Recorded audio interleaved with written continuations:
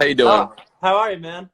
I'm good. I'm realizing that I have like real quarantine hair going on. Oh, dude, I'm right there with you. I'm like straight hats and beanies Yeah, nowadays, man. I've been doing a lot of hats. I feel like the thing is like m- the amount of mirrors I look into a day is usually like if I'm gonna go see other people and I'm like, do I look crazy? Like, am I gonna look crazy when I see this person? And I don't see anybody now, and so I never look in a mirror. Have you made a decision of if you're gonna try to give yourself the home haircut or if you're gonna ride it out? My girl wants to cut my hair, which Okay, which I, maybe like that's a I special don't. level of trust. I don't. Here's the deal. I trust her, but I don't want to set her up for like giving me a haircut that I hate and me being like angry. Yeah, it's Right? You bad. know what I It's mean? like when you get a gift and you have to pretend like you like it, but it's like on your head. Exactly. Exactly. So yeah. I mean, at some point, or maybe like depending on like I might call my hairdresser and go like, have you been quarantining? Do you want to come over? Do you want to come over in gloves and a mask and cut my hair while I'm wearing gloves and a mask? Like that might be the because we're going on. I've been quarantined for like 5 weeks, Yeah, so depending on that, I mean, if my hairdresser's been quarantined for 5 weeks and he's protective about it, maybe we'll see. we might see like a speakeasy barbershops before the end of this. Yeah, You know what I mean? 100%. Yeah, So thank you very much for doing this, and congratulations on just these numbers that the new single is doing. I'm sure you already thanks. know, but my contribution to this chat, I'm not asking any questions. These are all fans, but I did want to congratulate you on it. It's the fastest streaming for the video, and it's going up the charts at radio. So just congratulations on all that. Thanks very much, bro. It really means a lot. It's also like it's not a brand new song for me, which I think is sort of it makes it that much more special in a certain way. You know what I mean? I think like sometimes you put a song out and you know it's it dies down and you think like I guess that's all that song had in it, and so it's been really fun to watch this song have like a second life. Yeah, right on. It's really cool. Cool. So these questions come from fans all across the country. They all submitted for their respective local radio stations. And I don't have full names, but we got first names here. Michael's going to kick things off. Who is your favorite artist? And Michael doesn't specify in terms of right now or all time, but maybe we can go with both of those. My favorite musical artist, which I'm assuming is the field of artists that he's talking about, I'm assuming he's not like curious about how much I love Rembrandt. My favorite musical artist, I mean, all time is the Beatles. That's like a group that I can listen to, forever, forever, forever. But this year, my favorite artist is Feist, the band Huh? Feist. Yeah, Yeah, right on. From Toronto, right? I actually don't. I haven't done my research on where Feist is from, but That's I awesome. love Feist. Yeah, good stuff. Danny wants to know, how did you start in the music industry? Well, I started making music. I got really into Green Day when I was like 11, and that made me want to make music at all. And so I started sort of teaching myself piano and guitar and trying to write some songs. And my parents were very supportive and helpful with that. Just like my mom has like written songs my whole life, so she sort of explained like the difference between a chorus and a bridge and like just sort of song structuring stuff. And my dad played some piano, taught me some piano chords. Mom played some guitar, taught me some guitar chords. Um, and then I formed like bands with my best friends in high school, which was a real treat. But as far as like the industry side, that all kind of started on the heels of starting to produce music for my sister, and then when we put Ocean Eyes out, it got picked up by the blog Hilly Dilly, and then a bunch of other blogs, and that was sort of our that was when we started having like meetings and stuff in the quote unquote industry. Right, right on. Raul wants to know, are you working on music during quarantine at all? Yeah, I mean that's literally like all that's all I'm doing right now is working on music, which is I mean that and like Call of Duty. Yeah. But yeah, the first I haven't talked about this much, but the first like 10 days of quarantine, I'm pretty sure I had coronavirus, like very mild case of it, but I did have all the symptoms in their mild form. I had like a shitty cough. I had like a fever. I had difficulty breathing. I was fatigued. I was achy. The only thing I didn't really have was like loss of taste and smell. So I felt really bad for like 10 days. but now I feel great, and so I've been making a lot of music. Nice. Do you It's almost really feel like you were like oddly prepared because so much has been said and written about, how you guys do everything in the house right. at home, and like, now did you find that you were very well prepared for quarantine life? Well, yeah, I mean, many ways. I mean, my creative process with Billy and my creative process on my own music, those two things have not been altered, which is, we're just lucky in that Yeah. sense. And, I think due to the nature of this, assuming there is an eventuality where we get back to normalcy, like, if you think about it, whenever that day really comes, whenever there's like a vaccine or we've really tested the antibody, we know exactly who has it and who doesn't. That's going to be the busiest year of everyone's life ever. That's going to be like the third lap of a Mario Kart game where the music is playing twice as fast. And like, so I think we're trying to now that we know we're in this sort of period of like, isolation, we're like, all right, well then we have to make the record now because, it's not like if we sit around and play video games the whole time, then when it all comes back online, we'll then have time to make an album. I mean, in weird ways, like other than the panic and the tragedies of people getting sick and people dying from this, in terms of my actual daily life, like since 2015, I haven't had this much time to actually sit and write music and play music. There's been so much travel. There's been so many, video shoots. There's been, it's just life gets crazy. So Yeah. I'm trying to just kind of like, well, listen, I wouldn't choose this year, I wouldn't choose these things, but in dealing with them, I'm gonna try to appreciate the silver linings of it, Yeah, there is if you are to try to find that silver lining or the beauty within all of this, all the terrible things that are happening. I think it is that lack of distractions. The clarity that I think is So true. we're all being given is really cool. So true. Let's get to Sammy. Sammy wants to know, hey Finneas, are you going to launch any merch? Yes, actually, and I'm so glad Sammy brought that up because I have an email in my inbox from my manager that I need to reply to, looking at merch designs and talking about mood boards and stuff. I don't know how you are. I'm really bad about checking my email.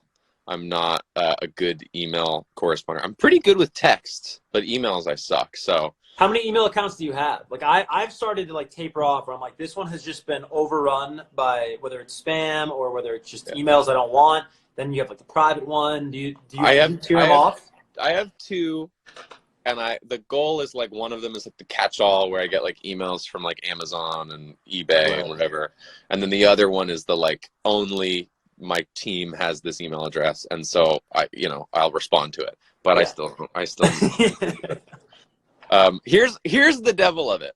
I years ago, out of some effort to be zen, turned off all of my notification badges on my phone. So like, when you look at your home screen and you see like the notification from your messages and the notification that you have a voicemail and the 400 notification on your email and like I turned it all off. And so I like look at my phone and I'm like, oh, that's nice. And then I open the app and it's like you're walking into a room and there's like a riot. But that's my own, torture. Yeah. Totally. I feel your pain, man. This next one says, what has been your favorite performance that you've ever done? They love you and Billy with all their heart, they say. But favorite performance? Favorite performance? I have a couple different like types of performance. So like one of my all-time favorite performances I've ever gotten to do was Billy and I played Lollapalooza back in 2018. It wasn't like a headliner slot or anything. We played like 5 or 6 p.m., but it was like the sunset slot, which is like the best slot. Yeah, and it's a killer slot. A huge crowd, and Lollapalooza is an incredible, incredible festival. And I'd had so much fun like going to that festival that year, and it was really cool to play. That was like probably my favorite with Billy ever. Although we've played a lot of shows that I've been like, wow, that's a greatest. We played Red Rocks, that was awesome. But that show that felt like an arrival in many ways. And then solo, I have a weird answer. When you live in LA, part of the issue is your hometown show, like when you tour, often is like 50% industry. And so like industries, like I love my friends in the industry, but they're not like the greatest crowd. They're not like Right. moshing, whatever. They Yeah. just sort of stand there like this. And so someone on my team had this great idea when I was doing my tour last year. They were like, you should do a show for only industry, and then they won't come to your other show. And then your other show can be like real, like hometown, like friends, family, just audience. It'll be great. And so I was like, okay, cool. So we rented out a jazz club called the Tellos in Toluca Lake. And it was like seated, and we served everybody dinner, and I did like a cocktail set. I did like just me on keys and guitar. And I spent like the whole show making fun of the audience. Like that was like I just riffed for like an hour. I probably played like 6 songs and talked for like 55 minutes. And it was just really fun. So that's like my favorite solo show. That's awesome. When you the question of like favorite show of all time, favorite performance, like when you get off stage at a Lala or when you leave, that particular venue that night, do you immediately know like that's my favorite, or do you need the sort of the 20/20 of hindsight to look back, months, if not years later? Well, it's funny that you mentioned that, because I was just thinking about that as we were talking about it. Like I think my quantification is like how I'm feeling on stage in the moment. Like sometimes like I can watch a show back later, like on video, and I feel like, oh, that was, we did well in that show. But I think it's usually to do with like how present I am in the show, how my body's feeling, how the crowd is feeling to look at and interact with, how my energy with Billy is feeling. Usually like during, I feel like that's like the benchmark is like how I'm feeling actually on stage during the show. You ever been in a situation where like the crowd is just losing their minds? Like maybe you think, oh my God, that was one of the best crowds ever, but you just personally, for whatever reason, like didn't feel awesome? All the time, which is so bizarre. Right. And it's the nature of being so spoiled with Billy, is that her audiences are so good that like, especially like as a dude who was like played in like my loser band when we were young, like I'm very aware that like every Billy crowd is like the greatest crowd of all time of your life, except that Billy gets that like literally every night. Right. And so it's so easy to get spoiled. It's crazy. Do you guys ever talk about that in terms of like, let's say you're not, you, or you're not Billy, and you're just like a typical artist that, if you do a good job, you're going to get a great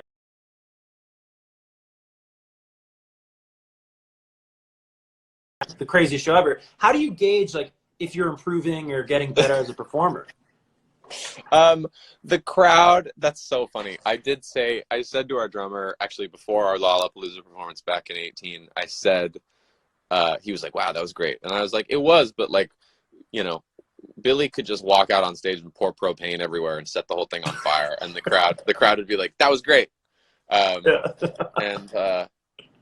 it's funny in that world, but I would say that like you still pick up on the nuances of it, right? You do. Yeah. If you it's a little bit like gymnastics, like the way that like watching a gymnastics performance feels to me, like when they stick the landing, and the crowd's just like, yes, like you just know. Yeah. And that's definitely like how it feels being on stage. Like if you stick the landing of something, the crowd is like even more exuberant. Right on. This question says, what inspired you to name your EP Blood Harmony? Well, the straight ahead answer is that Blood Harmony was a term I heard from Phil Taggart, who's a DJ on BBC, and he was using it to describe like when people who are related to each other sing together, and that like if you're related to somebody, your voice just blends better than it ever otherwise could, like because you literally have like the same DNA in your like vocal cords and your larynx.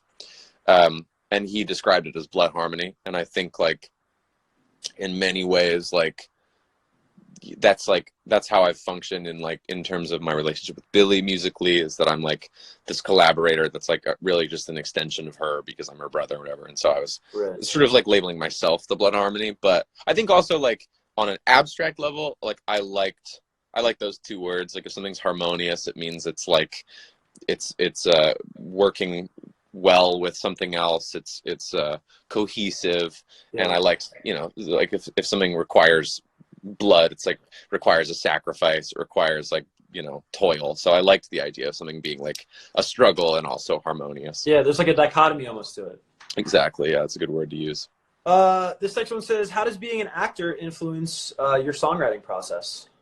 Well, it influences my collaborative songwriting, I think, more than anything else, right? If I'm like gonna write a song for somebody else, I'm like playing them for a day a little bit, right? Like I'm working on that right now with a song for somebody where like my hope is that nobody would think that I wrote this song because it feels like they wrote it. But Oh, interesting. you know what I Okay. mean? Like I think that's kind of my goal, is like to disappear into like their story and their song, you know? Would the same go for the sonics of the song if you were producing it as well? Like, do you want like a Yeah, patented sound? Like, oh wow, yeah, Phineas worked on that. yeah. I mean, I think my goal is to like like, you know, this sounds like it might sound arrogant, but my goal, whether or not I achieve this ever, is like to not have people know that I did something, to just have them like it. You know what I mean? Where Right. like if I worked on one song on somebody's album, my goal is like that they'd be like, "That's my favorite song," and they'd look it up and it'd be like me, but they wouldn't know. Because sometimes you can like really tell. Like Oh yeah, I love Pharrell, but like I can usually tell that he did something. yeah. Or like an Because he's Antonoff. That's like for Yeah, because me. I'm like, they're so stylish and they're so cool, but like I always want to be like just helping artists like be themselves and like not really like fucking with them. you ever find like when they come to you, they want a specific thing, or maybe a traditional Phineas thing, and Yeah. you're bummed almost because you want to do something different with them. Yeah, I mean that definitely happens, and usually I try to pick and choose projects that I know will require something different from me. You know what I mean? Like I was saying this to my girlfriend yesterday. It's like, you know, like the thing as a producer, especially, that excites me the most is like any road I've not taken. So like I've now done a lot of like piano vocal ballads with myself, with Billy, with a couple other artists, and I love them. And there's never going to be a point where people don't want them. Like everybody loves a great ballad. If it's a love song, if it's a song about heartbreak, everybody loves it if it's great. But as a producer, that feels easy to me. Like I go like I know how to do this. And if I get a song where I'm like, wow, I get to reinvent the wheel here and like completely change this, that's just like that's something that I'm more excited about. Yeah. But I love both. Yeah. Do you have like a personal test or like a barometer that you or people you collaborate with, you'll put a song through when you're developing it? Like I've talked to rock bands that they call it like the campfire test. They'll play, if it doesn't sound good, you know, if it doesn't sound good on acoustic, it's not a great song. Or some people, you know, they have to listen to it in a car, you know, to Right. test it. Do you have something like that that's a constant throughout your process? I don't so much. I think those are all good philosophies, and one of the ways that I try to achieve that in general is like 90% of the time when I write a song, I'm writing it in that way. I'm writing it at a piano or at a guitar, and so by default, it'll sound fine at those like bass levels. Yeah, I mean, I listen to everything I work on in the car when I drive around. I really know how my car sounds. I listen to all of it on the same pair of like headphones. I listen to all of it on like AirPods. Like I'm a big like listen to it on a bunch of different platforms. Like listen to Right. it on like on your iPhone speaker when you're brushing your Totally. teeth. You know, listen to it everywhere. Um, and then, you know, to me it's always the people test, right? Like if I play something for my girlfriend, I love her taste in music. I love the same music she loves, and so if she loves the song I did, I can tell. You Yeah. know, if she's not that into it, I can tell. Yeah. Two quick questions, and we'll let you go, Phineas. This says, before producing, what is one thing you've always wanted to do? I like that question. That's funny, man. I mean, I'm one of those people that's like, you know how, you know when you talk to like somebody in their like 40s, 50s, and they've lived like 16 lives. Like they're like, yeah, that was the period of time where I lived in Canada and built houses, and you're just like, when did you fit that in? Like, you know what I mean? Like I'm always like so impressed by people like that, and you know, like I know I'm like technically young to be where I am in many ways, but it's honestly only because I've always been trying. Like like since I was like 11 years old, I've been like, I want to do that. So, you know, I mean, like on an abstract level, really wanted to be a cowboy at like 5. Like really like wore chaps and spurs and like wanted to be a cowboy. But that's kind of like it. Like that's, you know, like it's pretty much just music. So if the music thing doesn't work out, are you headed out west? Getaway driver, yeah. I don't know. I'm gonna have like a coach and horses, and I'm gonna have like coins. I'm gonna buy. I'm gonna go to the bank and exchange all my money for like gold, like dollar coins, and just keep them in bags and bury them in the desert. It's gonna be great. I guess in all seriousness, though, like you talk about those people who've lived multiple lives, and I'm like you. Like I think that's the coolest thing you can do. If your passions and interests take you that way, do you see Yeah. yourself making music, or kind of putting it to bed when you've accomplished all you've wanted? Um, I think I'll make music my whole life. I think the fun part I'm now realizing about the world of making music is that it is so broad. So like I would love to write or be in a musical at some point in my life, which I think falls into the world of like making music. I would love to score films. Yeah. I would love to you know, form a record label at some point and help develop young artists and give them the support that I was given by people like Justin Lubliner, who runs Billy's label, John Janik, who runs Interscope. I'd love to facilitate different aspects of it. But, yeah, I'm obsessed with music, so I'm sure I'll always do it. I think I definitely have in my life plans, assuming everything works out relatively well, like I'm sure like by the time I'm a parent, my main goal is to just be like a parent first and like have really put the brakes on like whatever amount of career work I'm doing. Yeah. Because I feel indebted to my parents for doing the same thing. I feel like they really put their kids first in terms of like their, amount of hours in the day. So I'd want to do the same thing for kids, but I think that's probably like 8-9 years away. So Right. I got some time. All right. Well, we'll end with the hardest hitting question that we fielded today, Finneas. Okay. Ashley wants to know, what was your favorite meal growing up? Oh, I like it. I've been talking about this with my girlfriend a lot. This is so stupid. Have you ever had popovers? Wait, yes. Okay, so Wait. just But I don't remember what they are. just so I don't like bastardize this, uh I'm gonna Because I Google like what have. a recipe is because like I was a kid, so I wasn't cooking them myself. They're unhealthy items. The ingredients are like 2 tablespoons of unsalted butter, 2 cups of flour, 3 tablespoons kosher salt, 3 extra large eggs at room temperature, cups of milk. They're basically Oh, like I know these like things. eggy pancake muffin. Like they're made in a muffin tin and they Yeah. just rise because they're full of egg, and they're so bomb. And like in my now like almost decade of being like dairy free, like I don't do milk anymore because I'm allergic to it. Like there is no good substitute to popovers, and it is like pretty tragic. Like it's pretty sad.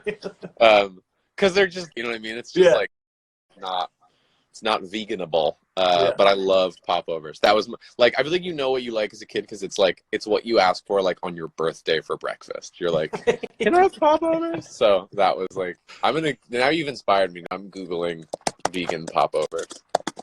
It's gonna just say you're shit out of luck. Yeah. No. Yeah.